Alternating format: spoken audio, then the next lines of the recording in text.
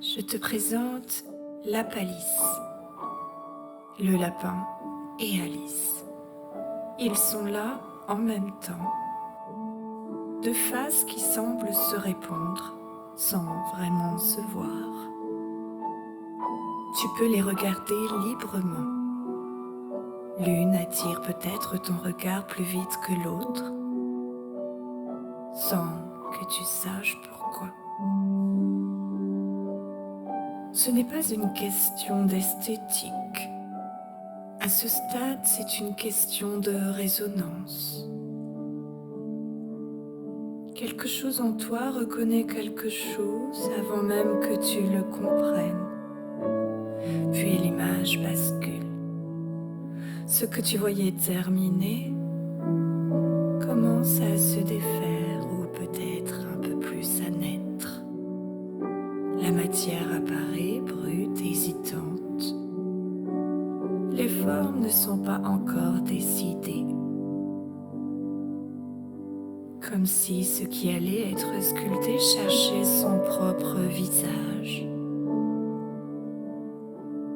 Rien n'est fixé. Tout est en train de devenir.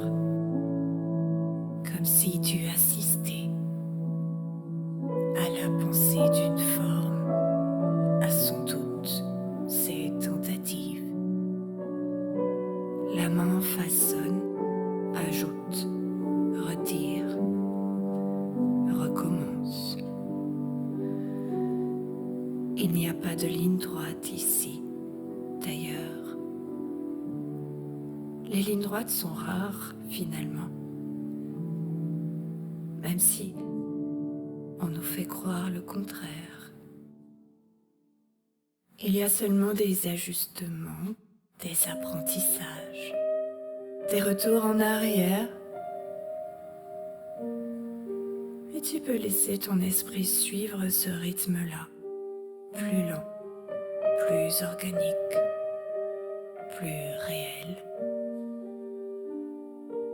Chaque précision naît d'une hésitation.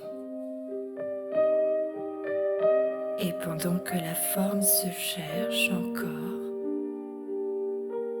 quelque chose en toi peut commencer à ralentir aussi.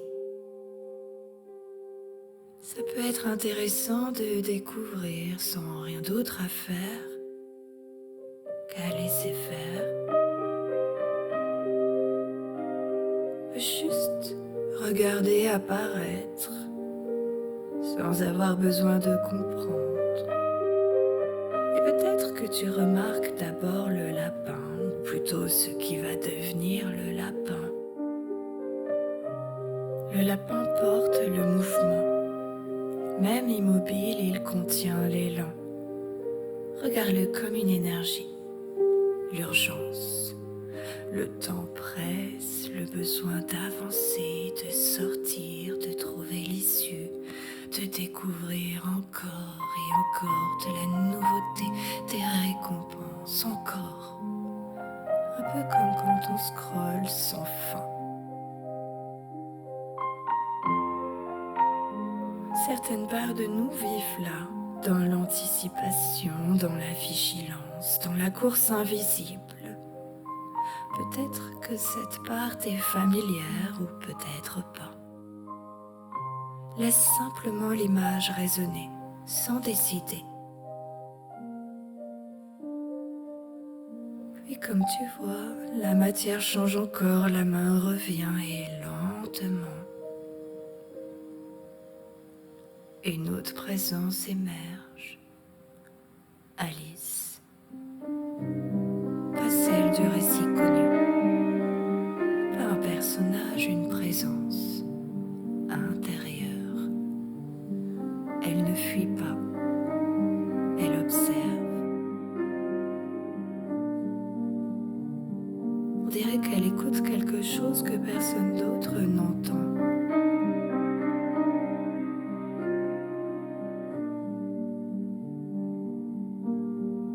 Plus elle apparaît, plus on peut s'apercevoir qu'elle n'est pas lisse, qu'elle n'est pas certaine. Il y a comme une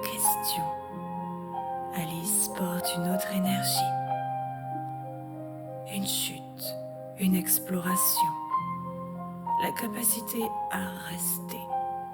Même quand tout devient étrange, même quand on devient parfois soi-même un peu étrange par rapport à ce monde.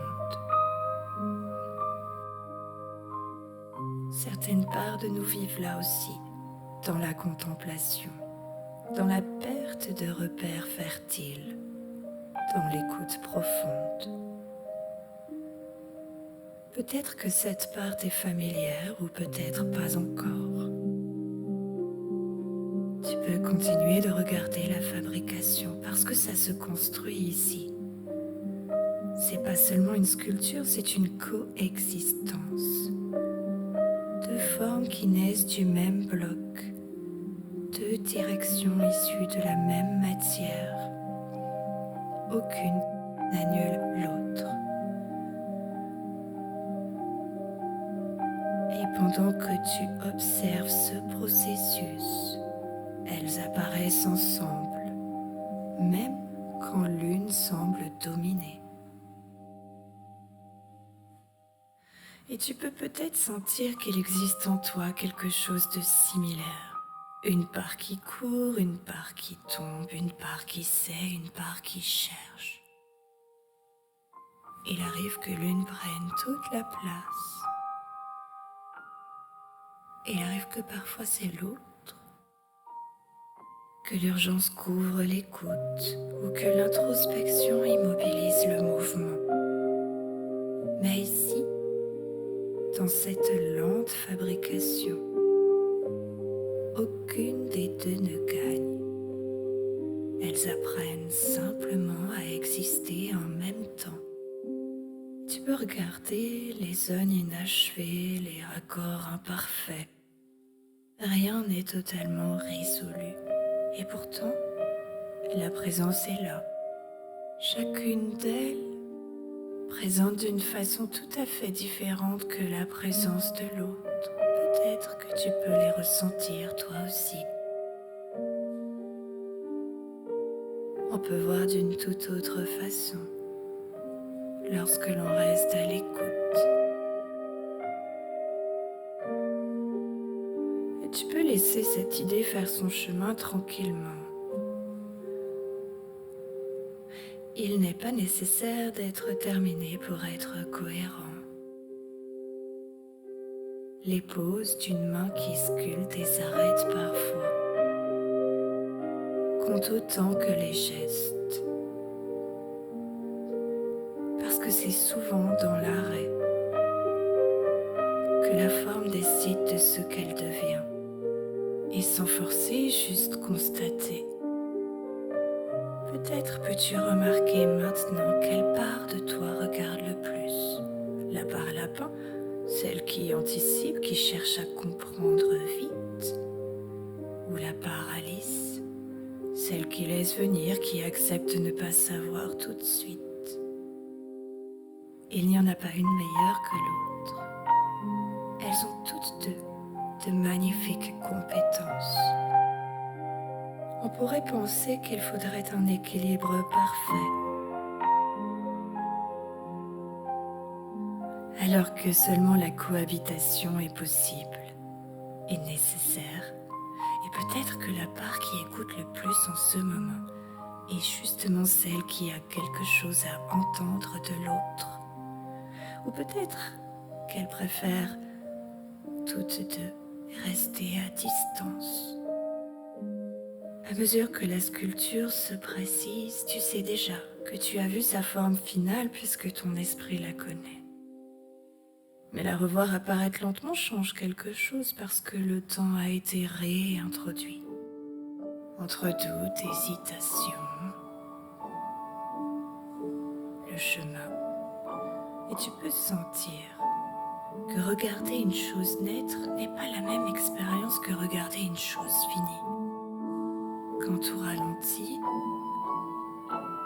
la perception s'ouvre, certains détails deviennent plus nets. L'esprit n'est plus en train de courir devant l'image, il marche avec elle. Peut-être que c'est ça au fond la rencontre proposée ici. Un endroit où rien ne se résout immédiatement, où deux présences coexistent sans devoir fusionner, où le miroir ne répare pas, mais révèle. Et maintenant que la forme est presque là, tu peux revenir à ton propre regard. Regardez à nouveau le lapin. Regardez à nouveau Alice. Sentir si quelque chose a bougé, même légèrement. Pas une conclusion, pas une réponse. Plutôt un espace un peu plus clair, un rythme un peu ralenti.